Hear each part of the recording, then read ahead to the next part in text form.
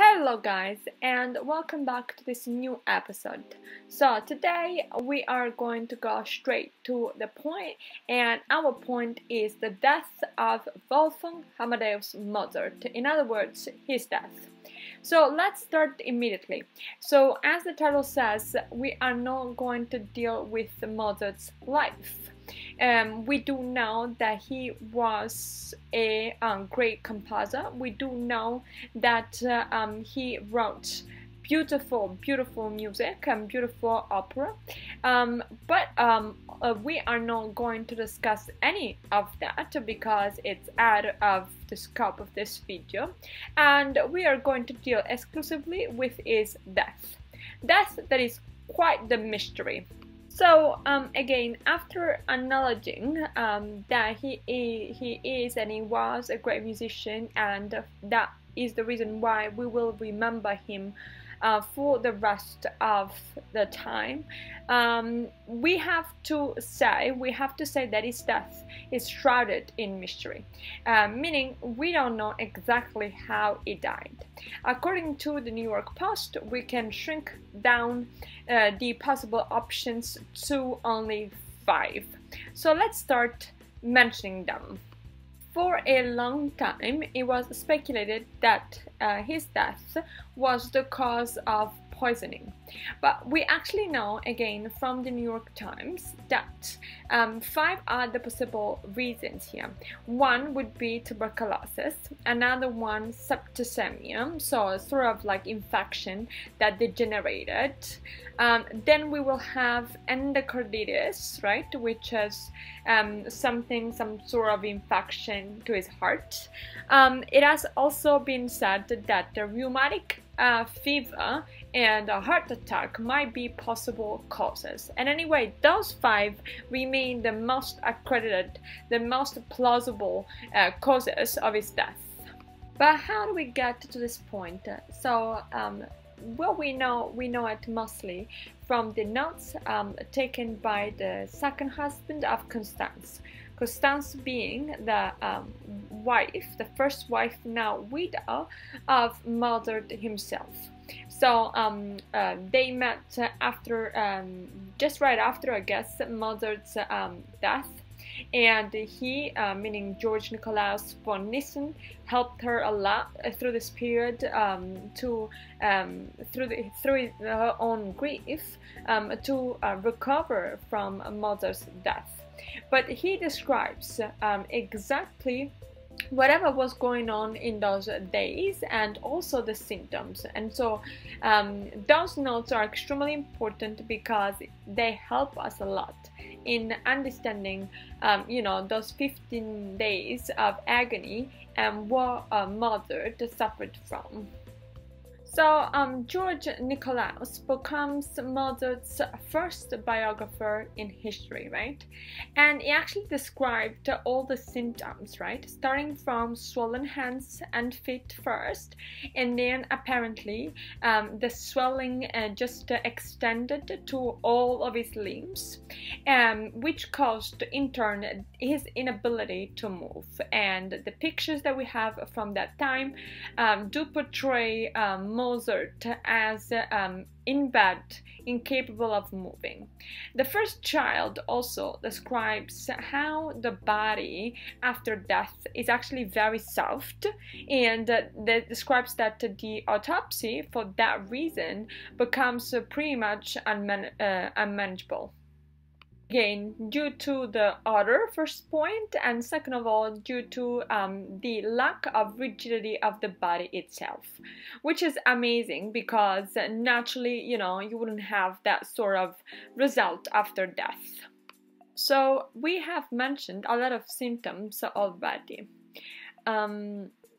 I want to say though, right, that besides those that go again from swelling to inability to move to vomiting, there are a couple of interesting symptoms here, such as that of ear deformities, right? Something, some sort of distortion in the shape of his ears that also made some doctors think that that was actually a strep infection.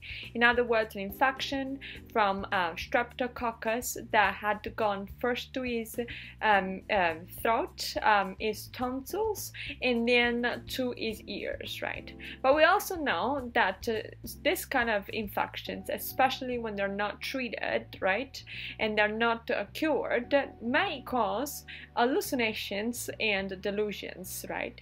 And actually, there is a chance that he was in a state of delirium when he said that he was poisoned by aqua tofana. Now, aqua tofana, we have talked about it in a previous video, so if you don't know what that is, please go back, watch my first video on aqua tofana, right? But that also, especially because it was reported, paved the way, opened up the door to all sorts of speculations on who possibly could have killed and may have killed actually Mozart. The first name on the list was that of an Italian musician and composer.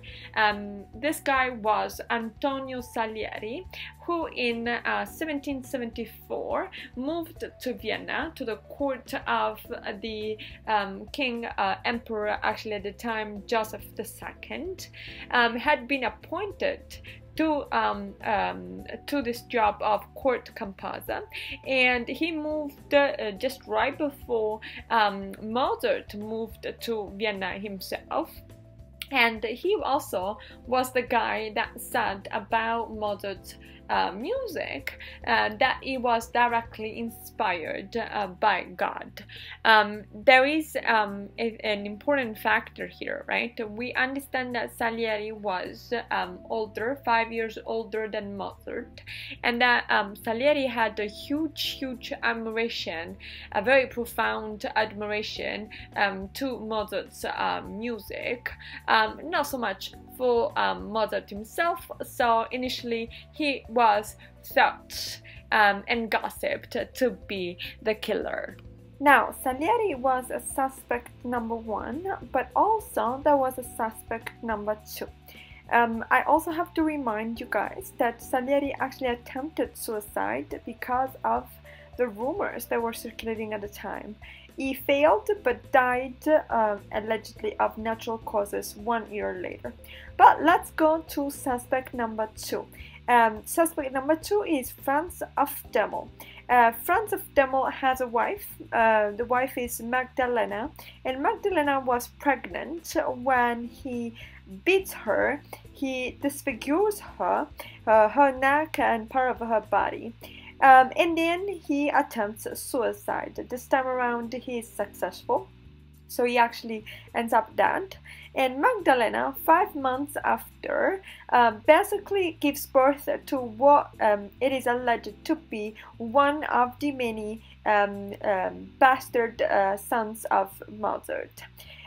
Is it possible that Mozart was so unfaithful? There are no proofs, no evidence. There is no evidence for all of those rumors. There are a lot of rumors. Even the film about Mozart called Amadeus was basically depicting Mozart as this Latin lover who had a bunch of lovers, but we have absolutely no proof of that. Whereas what we know is that a third possible enemy that Mozart might have created, so to speak, in his life was the Freemason Society. We also know that in the magic flute there are exposed a bunch of symbols that Mozart himself had participated to 2 Freemasons societies. But we actually don't really know, and we don't think that that's a plausible killer there, right? There's a possible motive to kill Mozart himself. Here we actually have to underscore that the symbols present in the magic flute were approved by himself and the librettist, and also that the Freemason Society was portrayed and depicted in very positive terms, so there is no reason for us to think that this is a justifiable option. With that being said, we want to move to, in this last part of our video, we want to move to one point, that is that Mozart died in a condition of poverty. It is alleged that the wife spent something that today would resemble to $30 to actually have him buried, and he wasn't buried in a proper burial, but he was buried in a mass grave. Therefore, we understand that he wasn't very well off, even though he is actually Mozart.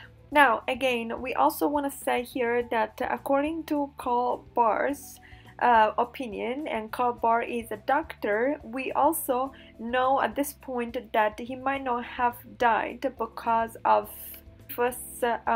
fever. That might seem more of an amateur kind of diagnosis rather than a professional one. But with that being said, we are left to square one. So we know that is that. We know that there's a bunch of suspects here, but we don't know who killed, if anybody killed Mozart. So please let me know your opinion, guys. Let me know what you think and what you make out of it. So please let me know, comment below, and subscribe to the channel, like the video, hit the notification bell so you can receive all the updates, and we're gonna talk about something else next time. With that being said, guys, bye.